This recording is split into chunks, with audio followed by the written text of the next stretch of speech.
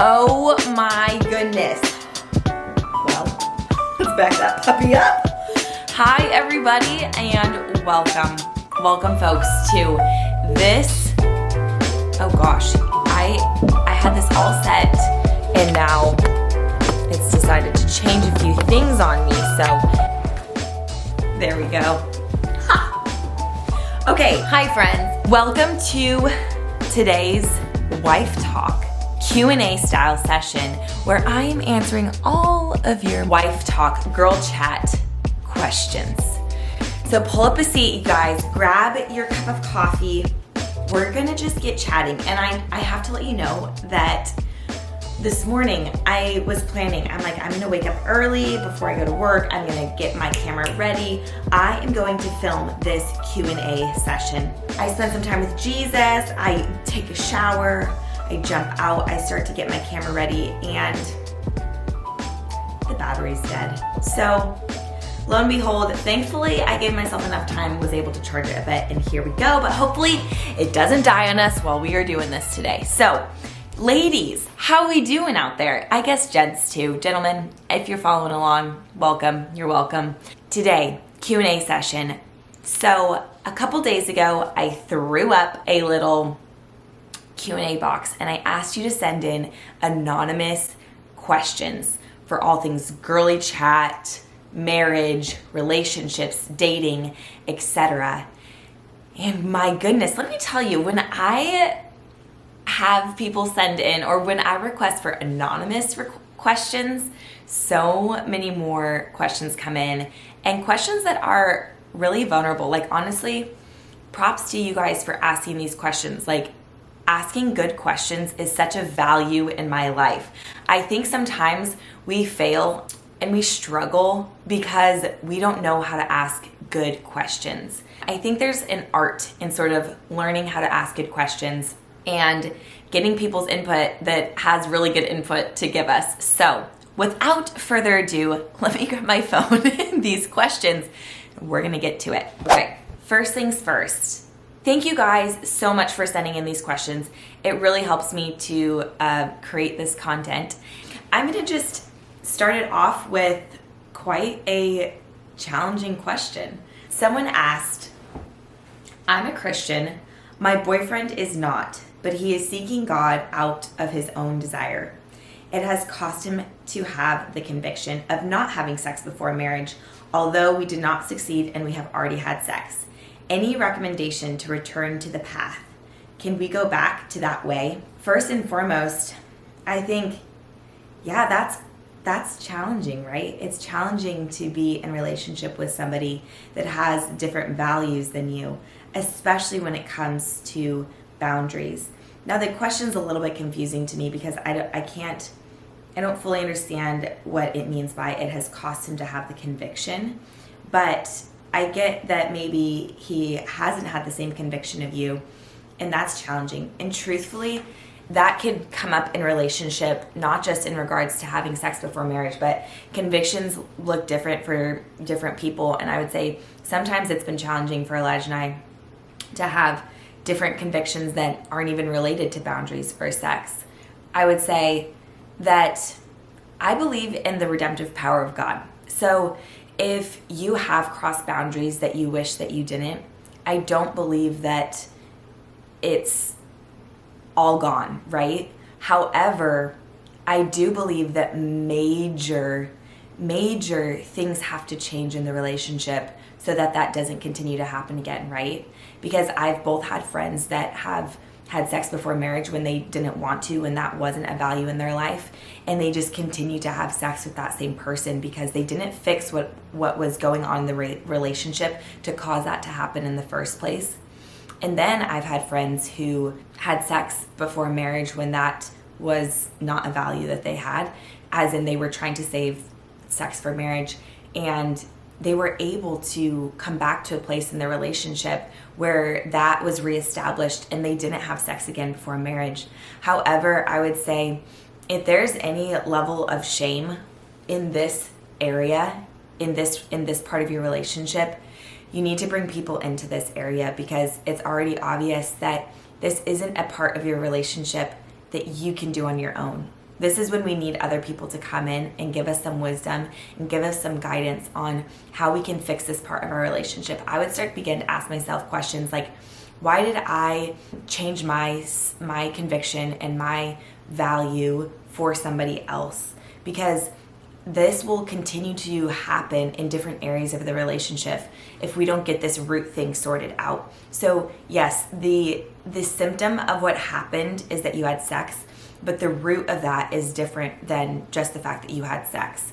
I look at boundaries more like fences than like walls, and sometimes we don't have fences in certain areas of our life, and we are scared to have boundaries because all we know of them are to be big walls that nobody can get over. And actually a fence it just lets certain people in at certain times. So those are some of my first initial thoughts. This is a hard question to answer in like 2 minutes time, especially when I don't know you. But those are my first thoughts that I would give to that question. So, okay, next question. I don't feel attractive because no guys at my church show interest in me. Well, girl, I feel like I have been there where you've questioned, like, am I just hidden? Am I just not attractive? And I have to say that, guys showing interest in you actually isn't always a statement on how attractive you are. That's just fact. Sometimes I believe there's seasons when we don't receive as much feedback or input from guys, and it has nothing to do with what we look like. I often have had this conversation with Elijah where I didn't have a ton of boyfriends and I didn't have a ton of guys in my life before I met Elijah. And I always wondered, like, why didn't that happen to me? Why didn't I have guys all around me just like begging me to date them? And Elijah, I remember one night just telling me, he's like, because the Lord loves you. Like, he was protecting you. And so I would say we have to shift our perspective on guys being interested in us. If we're taking guys being interested in us as a value statement, we're going to have a really hard time if guys are not just like pounding down our door to date us. But if we look at it with a perspective of, oh, the Lord is actually so kind and he sees me and he values me and he's protecting me for the right guy and the right situation and the right circumstance, we're going to have a different approach to this idea. So, girl, I would just say you are beautiful inside and out, and somebody will come along that is going to see that in you, see the gold in you, and pursue it with all their heart. And it has nothing to do with your appearance or if you're beautiful or if you're not. It's just the Lord's kindness. Okay, next question. How do I overcome the fear of flirting with my crush? Because I'm anxious that he doesn't feel the same way. Now listen, somebody else sent in another question. I'm going to find it. And they said, oh my goodness, it was something in regards to how do I get over the fear of flirting? Now listen, ladies, a little flirt don't hurt, okay? And I would say you can flirt with somebody even with them not reciprocating it, and it's not going to be this big do it within reason. Be graceful. Like, don't be cringy, awful, but to give a little bit of a tease, a little bit of a I'm interested in you, I'm thinking about you, it doesn't hurt. So I would say just do it. Just think of like a little joke, a little poke that you would do even with just a friend, and great, go for it. A little flirt, it just don't hurt. And if they reject you because you joked with them in a certain way, I feel like that says more about them than it does about you. So hope that's helpful.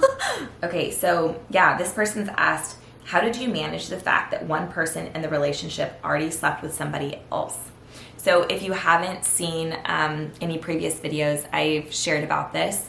And in our relationship, Elijah and I both together, we did not, we saved ourselves for marriage in our relationship. However, Elijah had already slept with somebody and I had not. And so, of course, I think it would be pretty ignorant to think that that's not going to come up and that you're not going to think about that.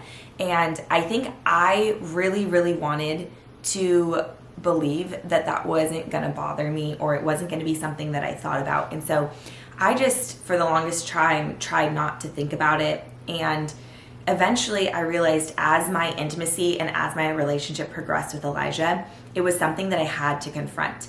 And Elijah was so kind in this area. And I would say one of the ways that I felt so cared for by Elijah in this process is that he was not hiding anything. So I felt I could ask him questions, and that he wasn't afraid, or there wasn't shame attached to it, that he was an open book. And you know, I always just led with this. I just had this value since I was like in high school. I remember the Lord speaking to me about this area because I knew I wanted to save myself, but I knew it was possible that maybe my husband wouldn't have saved himself.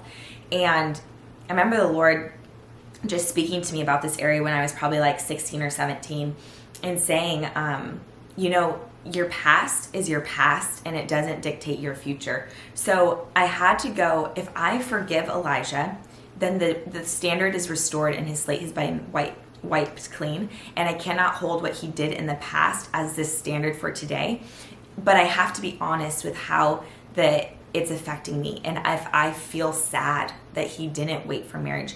And Elijah gave me so much permission. You get to feel whatever you want to feel, and you don't deserve the fact that I did this. So if you have big emotions, let's talk about it. And that's how he really approached that in our relationship, which is really healthy and healing for me. Oh no, I see that camera battery dying, you guys. Hold up. Okay, we back. Somebody asked, how did you prepare for marriage when you were single? Did you feel ready? Is it something you just step into almost like a step of faith? Girl, there's a lot of faith involved in getting married for sure, because you're totally putting your heart on the line, right? In any sort of relationship, you're putting yourself out there. And so you have to have a lot of faith and trust that if things don't work out, you're going to be okay, and X, Y, and Z. You have to have faith for sure. But I would say marriage is not something that you just solely put all of your faith in. I would say there's a lot more that goes into it, like wise counsel and a deep thought and consideration and different voices speaking into this decision in your life. So how did I prepare for marriage when I was still single? This is kind of a multifaceted question, so I guess I hit the last question first. But, you know, I got really good at dating myself. And what that looked like is by the time I started dating Elijah, I really enjoyed me. So I knew that I wasn't getting into marriage so that I would feel better about myself or so that I would be okay, but so that it would actually be an addition to my life and I could actually be an addition to somebody else's life. So how I really practically practiced that was in friendship, because friendship is such a great way to practice these things, to serve your friends, to love your friends, to be there for your friends, to be an addition to their life and allow them to be the same for you, to have those confrontational conversations and be really honest and with people and build trust and be a trustworthy person. Those are not things that you practice in marriage. Those are things that you practice before marriage, before you step into marriage. And friendship is a great place to do that. I hope that answers that question. Oh, they said, did I feel ready?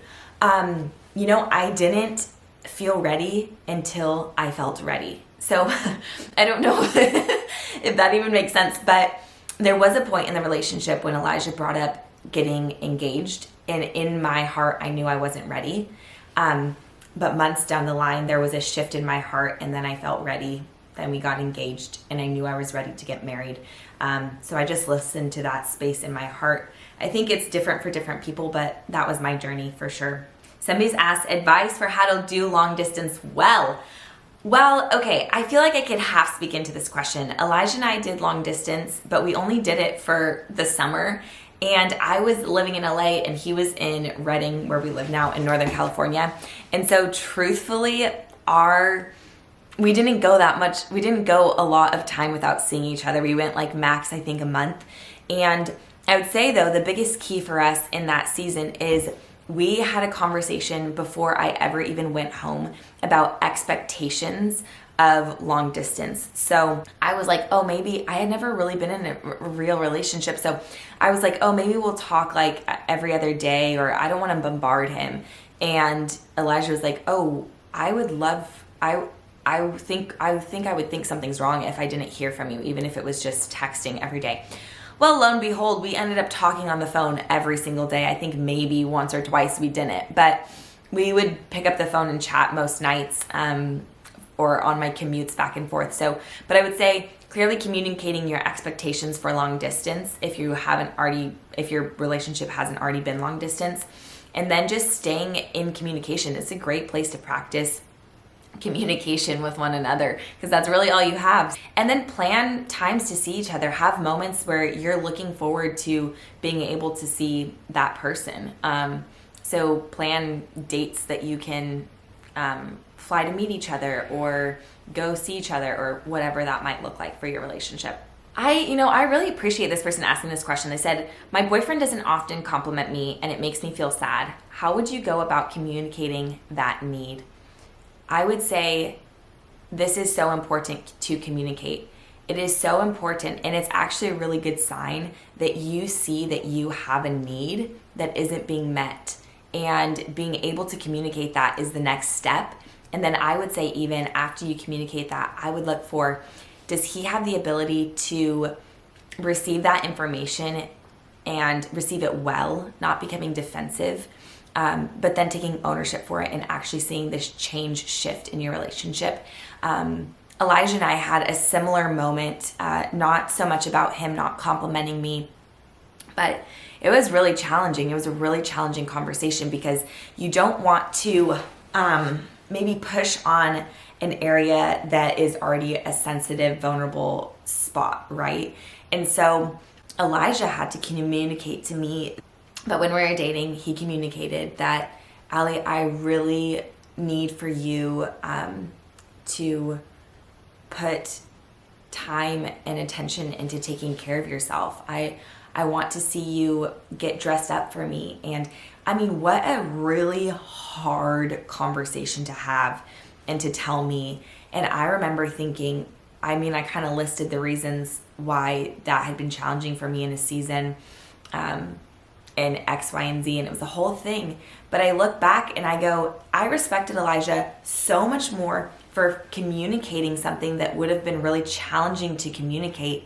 He did it in such a kind way, but also I was able to take ownership for that and go, okay, I might feel awkward and not know how to really approach this. It feels strange to me, but I'm going to do my best. And I would say maybe even some language for you is communicating, hey, I've really noticed that I have this need to be complimented. And you may be thinking these things, but I need to be told. I like to hear it from you. And so maybe you could share with me what you think about me. Like, if you like the outfit that I'm wearing, if you think I'm beautiful, if you like the way I did my hair, giving me compliments.